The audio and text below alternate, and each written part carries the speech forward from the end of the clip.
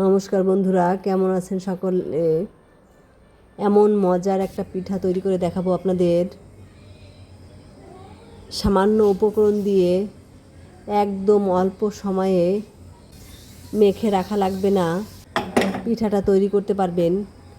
নরম তুলতুলে ভাপা পিঠার মতো পিঠে, যদি ঘরে সামান্য সুজি থাকে তাহলেই পিঠাটা আপনারা তৈরি করে খেতে পারবেন। আর সামান্য চিনি, সবার ঘরেই তো চিনি থাকে। তার জন্য আমি নিয়েছি একটা বাটিতে কিছুটা চিনি নিয়েছি। চিনিটা নরম করার জন্য দিয়ে দিলাম দুধটা দিয়েছি কিছু সুজি। দুধটা কিন্তু আমার হালকা গরম, বেশি গরম করিনি। আর ময়দা দিয়ে এখন ভালো করে এভাবে মেখে নেব সুজিটা। আস্তে আস্তে চামচ দিয়েই সুন্দর করে মেখে নিলাম। আর এখন দিব সামান্য একটু লবণ, এরপরে একটা ডিম। মাত্র একটা ডিমেই পিঠাগুলো পুরা কেকের মতো হয়ে যাবে। এখন ভালো করে একটু এভাবে মিশিয়ে নেব।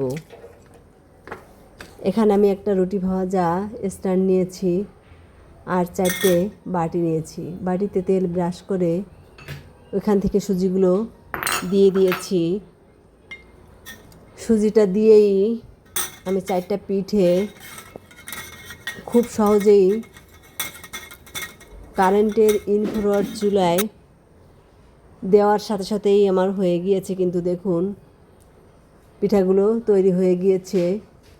এই পিঠাগুলো নামিয়েই আমি আবার দিয়ে দিলাম আরও 4টে পিঠায়।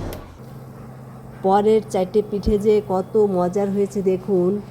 এখানে একদম ফুলে বাটিটা ভরে উঠেছে। আর খেতেও যে এত মজার হয়েছে, আমি একটু টুথপিক দিয়ে দেখে নিলাম যে পিঠাটা কেমন হয়েছে।